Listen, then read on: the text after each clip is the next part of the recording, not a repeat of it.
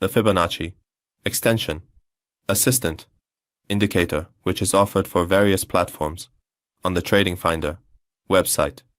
From this section, you can download the indicator file for MetaTrader 4 and MetaTrader 5 platforms and run it on the chart.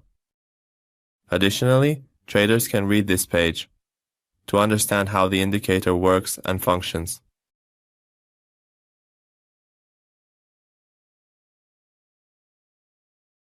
From the Navigator section, we select the indicator file and execute the indicator on the chart by clearing the file.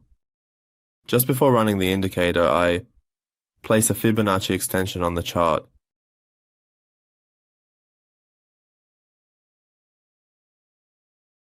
And here, the Fibonacci extension on the MetaTrader platform displays these levels.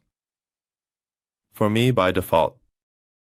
By placing the indicator on the chart, the default levels of the indicator are set on the chart, allowing us to conduct more specialized analyses based on them.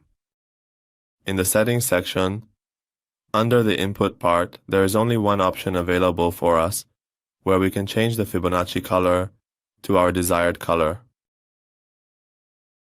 And if the Fibonacci is removed from the chart, the Fibonacci extension reverts to its default state.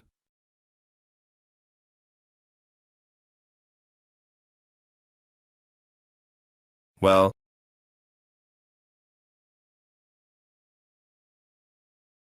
friends, we have reached the end of this indicator tutorial.